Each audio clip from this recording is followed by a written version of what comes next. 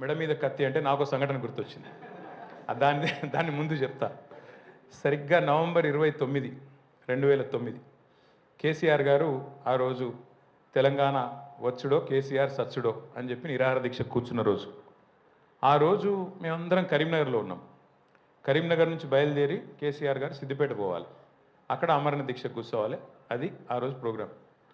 సరిగ్గా కరీంనగర్లో బయలుదేరి అలగనూరు వచ్చేవరకే కేసీఆర్ గారిని అరెస్ట్ చేసినారు, చుట్టుముట్టినారు.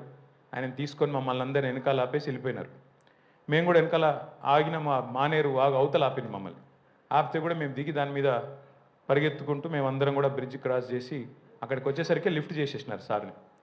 జయశంకర్ సార్ని వదిలేసినారు ఆ లొల్లిలో. నేను జయశంకర్ గారిని గట్టిగా పట్టుకొని నా కారులో ఎక్కించుకొని ఇక పోలీస్ కార్లు ఎట్టిపోతున్నాయి, మేము కూడా అదే వెనకాల ఫాలో అవ్వకుంటూ పోతున్నాం. పోతుంటే మేము కాకతీయ యూనివర్సిటీ చేరుకోగానే అక్కడ మరి ధర్నా జరుగుతూనే ఉంది, రాస్తారోకో జరుగుతుంది. నేను పోయి విద్యార్థులతో కూర్చున్నా. జయశంకర్ సార్ని మీరు ఇంటికి పోండి సార్, మీరు ఇక్కడ ఎందుకు అని సార్ని ఇంటికి పంపించిన. ఇక పోలీసు వాళ్ళు వచ్చిండ్రు, అరెస్ట్ చేసిండ్రు. తీసుకుపోయి ఆల్రెడీ తీసుకుపోతున్నారు. తీసుకొని పోతుంటే ఆ వ్యాన్లో ఉన్నాం అందరం. వ్యాన్లో తీసుకొని పోతున్నారు. హన్మకొండ చౌరస్తా రాగానే ఆడ సిగ్నల్ పడ్డదో ఏమో పడ్డది, బండి ఆగింది. ట్రాఫిక్ వచ్చింది, ఏదో టైం. అందరం దుంకినాం. దుంకి ఆయనతో జయశంకర్ సార్ ఇంట్లో పోయి కూర్చున్నాం. మళ్ళా కొంటకు పోలీసు వాళ్ళు వచ్చిండ్రు. వచ్చి నువ్వు పోలీస్ అరెస్ట్ నుంచి తప్పించుకొని పారిపోయినందుకు నేను మళ్ళీ అరెస్ట్ చేస్తున్నాం అన్నారు.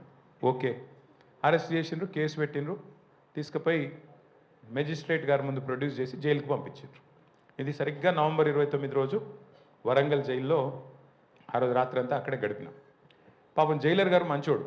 ఆయన జైలరు అక్కడ ఉండే సిబ్బంది అంతా చాలా సానుభూతితో ఉన్నారు. తెలంగాణ రావాలి కదా సార్, తప్పేమున్నది సార్. పాపం వాళ్ళు చాలా బాగా చూసుకున్నారు. చూసుకొని సార్ మీరు సెల్లో ఎందుకు పంటారు, మీరు హాస్పిటల్ పండుకోండి అన్నాడు. సరే మీరు ఎక్కడ చెప్తే అక్కడ పండుకుంటే, జైల్లో ఉన్నాం ఏం చేస్తాం, ఎక్కడంటే అక్కడ పడుకున్నాం. తెల్లారు లేపిండ్రు 6 గంటలకు. ఛాయ్ తాగుతారా అన్నారు. ఛాయ్ తాగుతుంటే ఓకే ఛాయ్ తాగినా. గడ్డం చేసుకుంటారా అన్నారు. ఏం పని పాడైతుంది జైల్లో. సరే మీ ఇష్టం, ఏం చేయమంటే అది చేస్తాను అని అక్కడ బయట తీసుకుపోయిన కూర్చోబెట్టి చెట్టు కింద కూర్చోబెట్టి గడ్డం చేస్తుండ్రు. ఒక ఆయన పిలిచిండు, ఒక సోదరుని పిలిచిండు, బార్బర్ను. ఆయన వచ్చిండు, గడ్డం చేస్తాడు. ఇది ఎట్లాంటి పరిస్థితి మీరు ఒకసారి గుర్తు తెచ్చుకోండి. రాజశేఖర రెడ్డి గారు చనిపోయి 4 నెలలైంది సరిగ్గా. కేసీఆర్ గారు నిరాహార దీక్ష కూర్చున్నారు.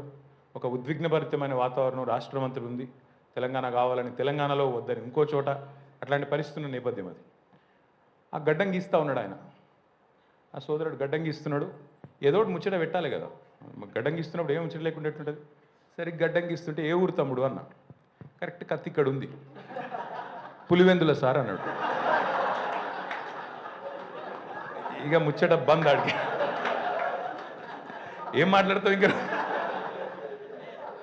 అప్పుడే రాజశేఖర రెడ్డి గారు చనిపోయి 4 నెలలైంది. మనం తెలంగాణలో లొల్లిపెట్టి మనమేమో ఆగమాగం చేస్తాను. ఆ సోదరుడు పులివెందుల ఏదో మర్డర్ కేసులు అరెస్ట్ అయ్యి జైల్లో ఉన్నాడు. కత్తి ఇక్కడ ఉంది. ఇంకేం మాట్లాడతాం. వామ్మ ఇదట ఉందని చెప్పి ఏం మాట్లాడకుండా ఆయన నవ్వి లేదు సార్, నాకు రాజశేఖర రెడ్డి గారు అంటే ఇష్టమే, కానీ కేసీఆర్ గారు అంటే ఇష్టం. నాకు ఫైటర్లు ఇష్టం సార్. ఫైటర్ ఎవరైనా సరే, ఏదైనా సరే కొట్లాడేటోళ్ళు అంటే ఇష్టం సార్ అని చెప్పి చాలా మర్యాదగా. సో ఇప్పుడు నారు గారు చెప్పగానే నాకు వెంటనే నేను ఫ్లాష్ బ్యాక్లోకి వెళ్ళిపోయాను. సో కార్టూనిస్టులు ఇట్లా కూడా తయారవుతారు అన్నట్టు. అంటే మనం మెడ మీద కత్తి పెట్టి నా కార్టూన్ ఎట్లుంది చెప్తా వస్తా. రాజకీయ నాయకులు కూడా ఫెసిలిటీ ఉంటే బాగుండు, కానీ మాకు లేదు.